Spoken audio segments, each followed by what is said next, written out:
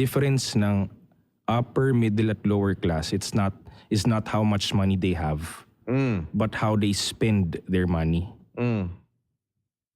So ang mas binibigyan nilang importansya is how you spend, not really how you save. Kasi kung gusto mo mag-spend ng mas malaki, hindi ba kasama nandun yung skill na saving?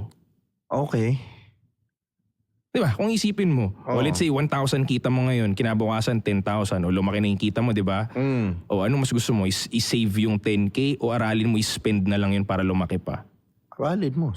Mas beneficial siya. Ngayon, para mas spend mo yung 10K, di ba kailangan mo i-save yun? Mismo. O di kasama na yung skill na saving.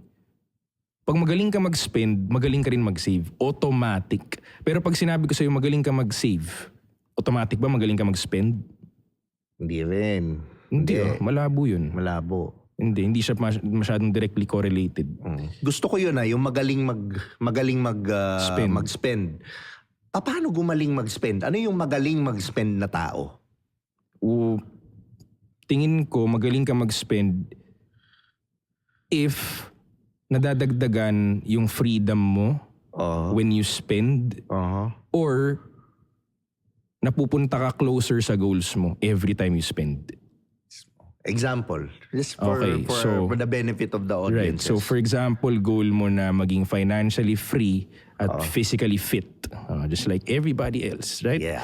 And good relationships. Yeah. Di ba? Yeah. So sabi nga nila, health, wealth, love, and happiness.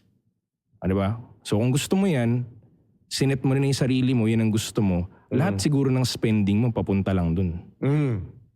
Kung hindi ako magiging physically fit dyan, hindi ko bibili niyang cake na yan.